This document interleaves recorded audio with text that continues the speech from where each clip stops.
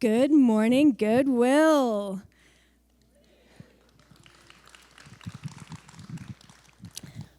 Well, I am so excited to be here, and when I was asked to speak at this event, immediately I was excited and honored to be able to speak to you guys about something that is so important. Disability Employment Awareness Month is something that's kind of new to me. I really didn't know it even existed.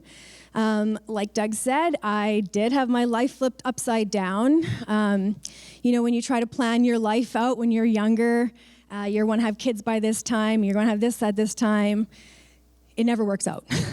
So whoever's trying to plan your life out there, don't, because it's never going to work out. Something's going to come and you're going to get, there's going to be fastballs thrown at you that's going to make you adapt and change. And as humans, that's what we do, is we adapt. That's why we've made it this long. And in this year of 2022, this is the future. And so if you have a disability, it's no longer seen as a burden. It's no longer seen as a disappointment. Although some people do see it that way. But what we're trying to do here today is change that. And what I'm trying to do with the rest of my life is change that and get rid of the stigma towards people with disabilities, because if it can happen to me, it can happen to anybody. Growing up here in Alberta with brown skin, I sure felt my fair share of discrimination growing up. And that's not something that a lot of people can say, but in my household, racism was something that we talked about all the time. And, I was bullied, my siblings were bullied when we were younger, simply for being different. And now, as an adult in this time and age, your uniqueness is celebrated. I was just telling Dale backstage that, I used to call myself the trifecta of discrimination. I'm a woman, I have brown skin, and a visible disability. Now, I call it win, win, win. That's what people want, let's give it to them. So when we talk about inclusion, what are we talking about? What does it actually mean? Inclusion means everybody is included in everything. Now, that's a very broad statement. It can mean a lot of things to a lot of different people. But for your industry and for what Goodwill does, I can't think of a better word to describe. Everything Goodwill does is inclusion. I was talking to my mom a few weeks ago about this event, and she said that, did you know that since we were little, she's been donating to Goodwill our whole lives. When you grow out of clothes and stuff, everything that we would donate would always go to Goodwill. I didn't even know that, but we've been supporting you guys from the very get-go. And I find that really awesome. And this is kind of the circle of life, me being able to come here and speak to you. So inclusion, we can act on inclusion every single day in our lives, right? We can make sure that everybody feels included, and this starts when we're kids. When we're playing at recess, we're playing at the park, trying to make sure that everybody is included and everybody gets to play. A big part of inclusion is accessibility. You can't play on a playground that's not accessible. You can't play on grass if your wheelchair doesn't go there. But I'm so happy to say that Edmonton actually has, I think, 5 accessible playgrounds around our city. And in Clearview with the Canadian Tire Jumpstart playground. My friends and I actually went to go play there a couple of years ago, and it was really fun. And I think as adults, we kind of forget how to play, but that's something that I urge all of you to do. Some homework for everybody is to really find the joy. What brings you joy? What makes you smile? What, when you think about it, brings that smile to your face and that warm feeling inside of you? I invite you to go play.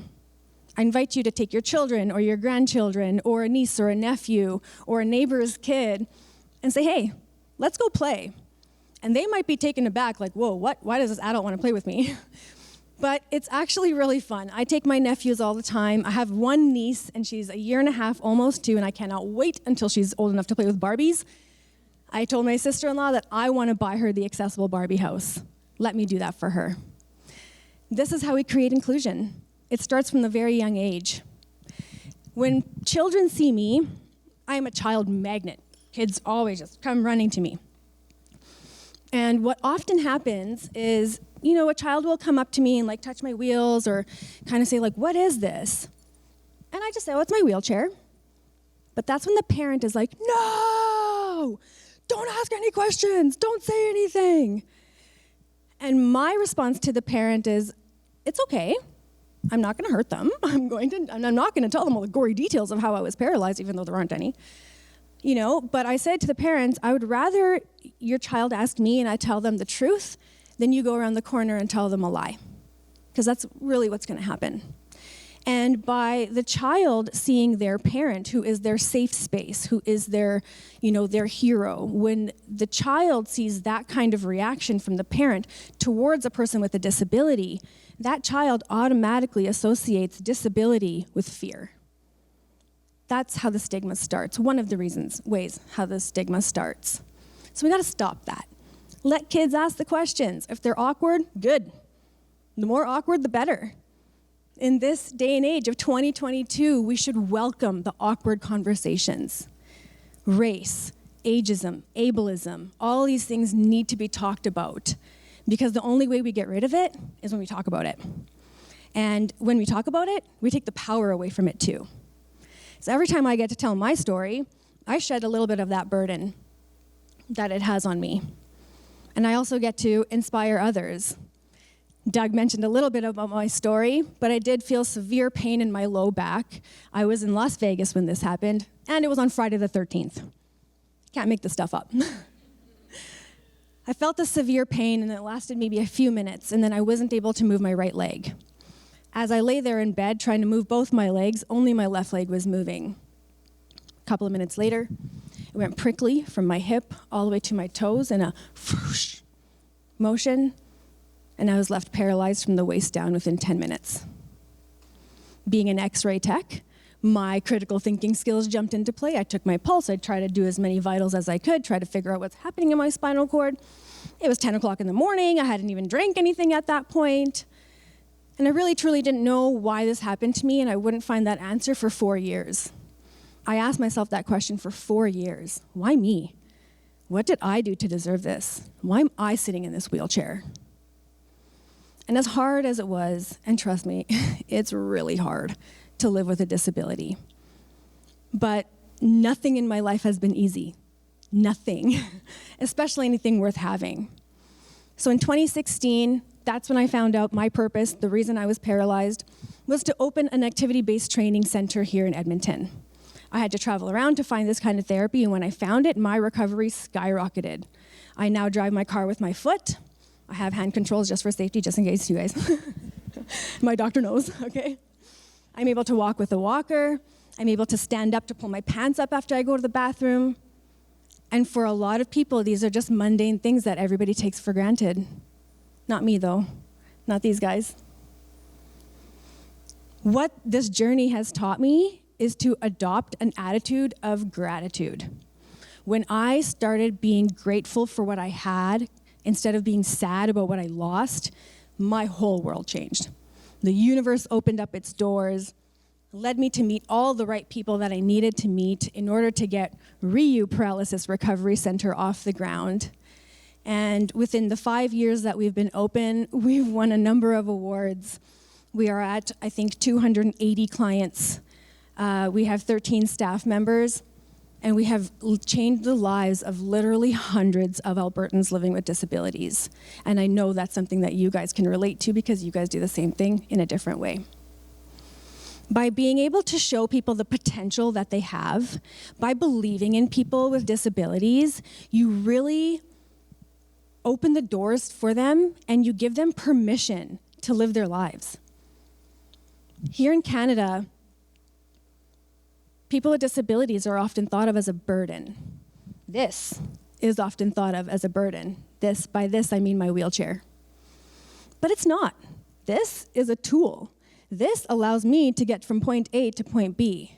This allows me to get out of my bed every day to do all the things that I do. So we need to reframe our thought process on disability and what it actually means.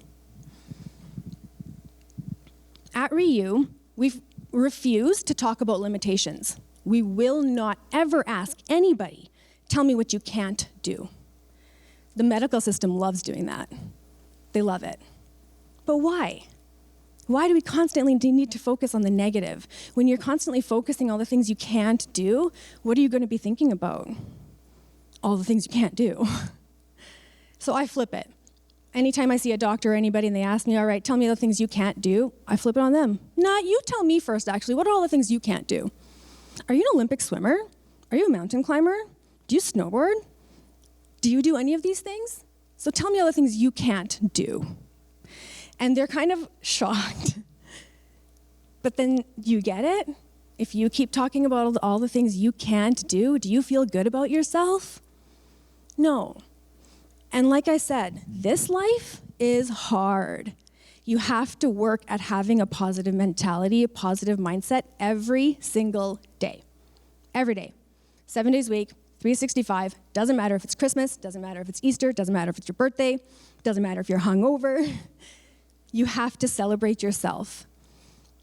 And for myself, I mean, people ask me all the time, don't you ever have a bad day? Why are you always in a good mood? I'm like, I don't say I have a bad day. I definitely have bad moments. I think we all do. And as humans, we're allowed to. Nothing is rainbow and sunshine all the time, right? So embrace it. Let yourself have those bad moments. For myself, I have rules for my pity parties. They are 2 hours. There's an alarm set on my phone for 2 hours. In that 2 hours, I can do whatever I want.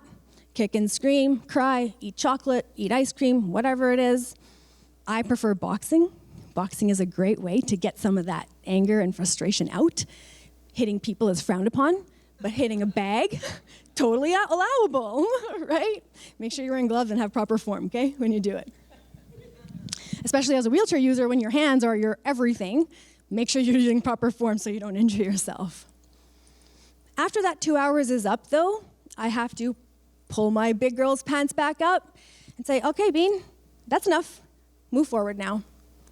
And the reason I can do that is because I have so many people in my life, whether it be on social media or in real life, who have harder struggles than I do. And I think of them. I think of the people who would kill to have the mobility that I have, even though I want the mobility that other people have. So when I think of these things, I say in my head, just do it. Just do it. When I became grateful for what I had, one of the things that I will forever be grateful for and I will never, ever, ever take for granted again are my hands. My hands give me freedom. My hands have allowed me to live the life that I live. And it's not to say that people without hand function aren't living their best lives either. They are, and you're going to see pretty soon here what I'm talking about. But it helps you put things in perspective. So every day for the last, I think, 5 years, I've been writing in my journal 3 things that I'm grateful for, a positive affirmation, and 3 things that I'm open to receiving. When you wake up and you first think about things you're grateful for, it automatically puts you in a good mood, automatically. It also, once you've said all the generic things that we're grateful for, friends, family, these kinds of things, it forces you to look in your day to find, what am I going to be grateful for today? If you follow me on Instagram, you'll be able to see my gratitudes every day I post them. And today, I said I'm grateful for speaking opportunities like this. Because my goal is to change the world. And that's a lofty goal for one person. But I do believe one person can make a difference. And how I do that is this. If I get to change one person's mind and hear about people with disabilities, if I get to help one person truly believe in themselves here in this room today, then my job for today is done. We change the world one mind at a time. And every single one of you has the ability to and the possibility to change your lives and the lives of those in your circles too. It is not a far beyond goal to have. When they say reach for the stars so you land at the moon, we mean it. I mean, the moon isn't even the goal anymore. We're going to Mars, man. Right? So what is actually holding us back? Ourselves. I have big, huge, lofty goals. One of my goals is to have a private jet. It's going to be green with a phoenix up the tail, because the phoenix is the reused logo, and we are continually rising from the ashes. When I say this, people laugh at me. I'm like, man, the only thing stopping me is me.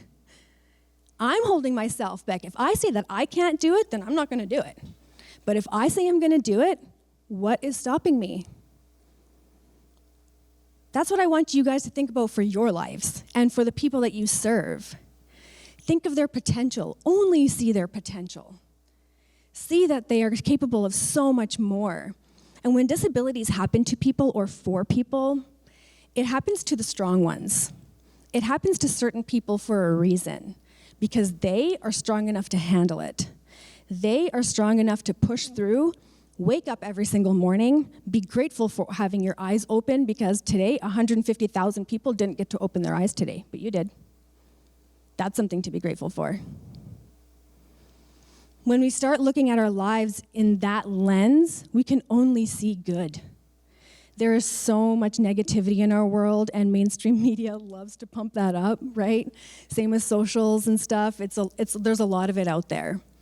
But if we keep our mind focused on the positive and the good out there, then we will share that. We will spread it, and we will grow it. There's a lot of good people doing a lot of good things out there. We just need to be louder. We need to be louder. So when you're thinking of your positive mindset, and how do you keep that positive mindset? How do you stay positive in this world where there's so much negativity and so much doom and gloom? Practice. You have to practice it every day. So I have a practice of gratitude that I do every single day that I spoke about. Find something that resonates with you. It doesn't have to be gratitude. You can do whatever you want. Honestly, one of the best ways that I have found to put a smile on my face is dancing. Whether you can dance or not, I don't care. That's not the question. If you can move your body, if you can nod your head, you can dance, right? Pick a song that puts a smile on your face. Pick an uplifting song. And if you don't have one, Energy by Disclosure is a great one. Write that one down. Put it on, 30 seconds. I guarantee you your smile's going to be on your face, your heart rate's going to be up, and you will be living. Too many of us just exist day to day because of the stresses of the world, because we're worrying about things that we can't control. But if we can switch that to be grateful, and if we can switch that to focus on the positives today, in this moment, we can really change our mindset. There's a lot of science behind this too. There's been studies done on positive mindset, positive thinking. It actually works. Sounds hokey pokey for sure, but it literally works, and I am living proof that it does. When we talk about inclusion, accessibility, all these key words that surround the disability world, we need to open it up, and we need to have those words surrounding the able-bodied world as well. Because everybody here is one step from joining this club. I didn't even have to take a step. It was a virus that paralyzed me. Right? And, I'm also an ambassador for the Rick Hansen Foundation. And in one of their presentations, one of the things that really surprised me, because they asked, do you know anybody with a disability? Do you know anybody who uses a wheelchair, who uses a cane, who uses a walker? And then they said, do you know anybody who wears glasses? How many people wear glasses? Guess what? You all have a disability. It's just been normalized. So it's time for this to be normalized. It's time for people with limb difference to be normalized. It's time for people who have any kind of disability to be normalized. Why are we still discriminating and segregating people who are different? A lot of that is fear. Fear of the unknown, fear of something that's different than yourself. But the only thing that can get rid of fear is love and light. Fear is dark. Fear is ugly. Fear is dark. And so we can't escape it. We all face it. But you have to keep it at bay. And by doing certain personal development and positive mindset techniques every day, that's how we keep it at bay. And once we can push fear, I don't think we can completely push fear out of our lives. I think it will always be there, because as humans, that's just how we are. That's how our thought process goes. And there are true things to be afraid of in this world, for sure. But it can't overtake our lives. It can't be the first thing we think of when we wake up, and it can't be the last thing we think of when we go to bed. If it is, You're going to live in that dark world. And I lived there for 3 or 4 months after this happened to me, after I gained my wheels.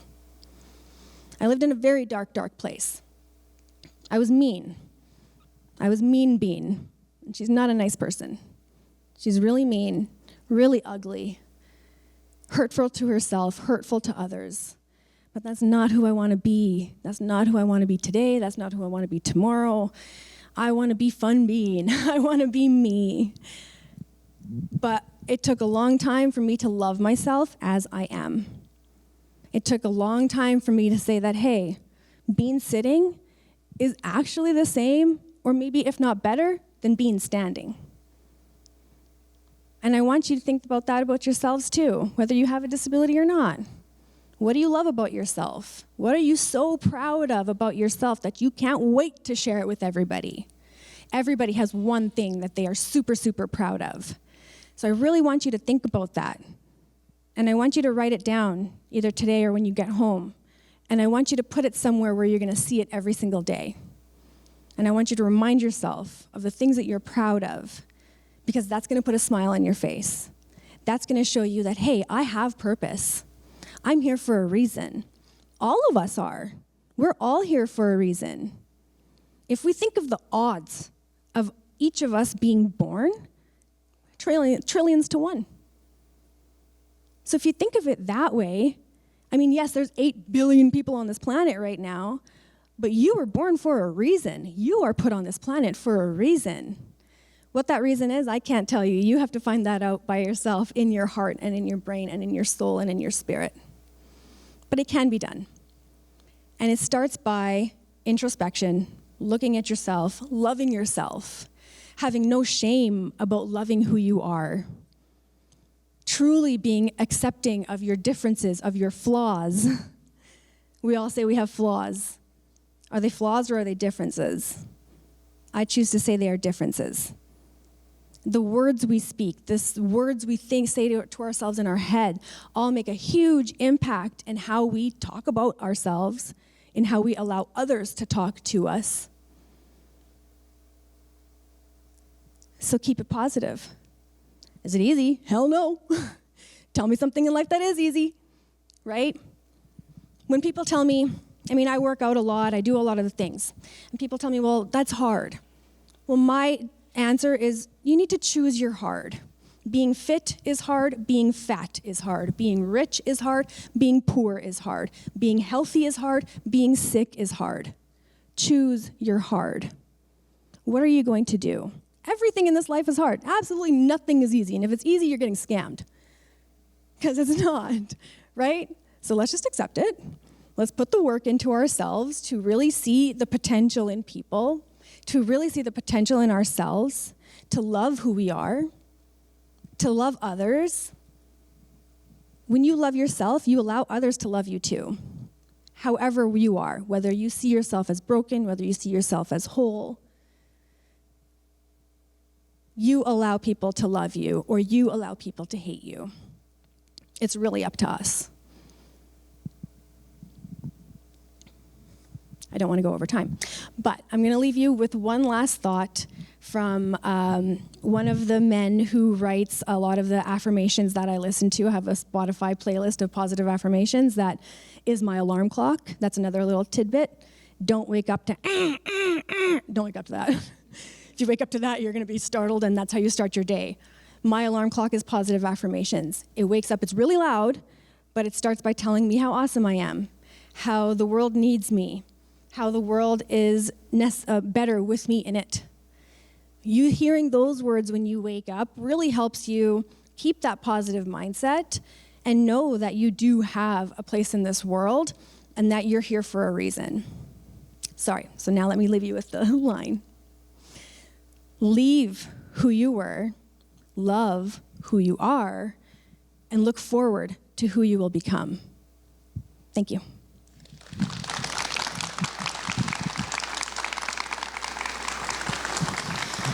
Ladies and gentlemen, being Gill, if there's one thing I took away from it, I'm going to have to change my alarm clock. Yeah. Honestly, you talked about, we're going to do a little Q&A because I have some questions about her presentation, which was truly inspiring. You talked about going over limit. I could honestly listen to you for another couple of hours. I could talk for hours and hours too. You had a pretty significant journey, even in the last couple of years. What do you want others to take away from your journey or learn from your journey? Oh, that's a loaded question. That is a loaded question, I know. One person can make a difference. Mental health and physical health go hand in hand. Don't take anything for granted. If you have mobility, use it. Because there's so many of us that would kill to have it. Don't take it for granted because you don't know when it's going to be taken away. I took these for granted for 30 years. Never again. Your positivity is off the charts. Thanks. How do you remain so positive? Well, like I said, it's a practice. I have to practice. I have to make sure that I'm positive. I have my gratitude journal. I write 3 things that I'm open to receiving, my positive affirmations. I listen to positive podcasts. I also listen to scary ones. Balance, right? I don't know. You just have to allow yourself to feel the feels. When you're feeling down and bad, feel it, but don't get stuck in it. That's the biggest thing. As employers, as people, as community members, you talked about, putting limitations on people, not realizing you can think outside of the box, right? How do we remove those limitations? There's no right answer. I don't think there's an easy answer, but how do we, think outside that box? I think it goes down to that person as an individual, each of you as individuals.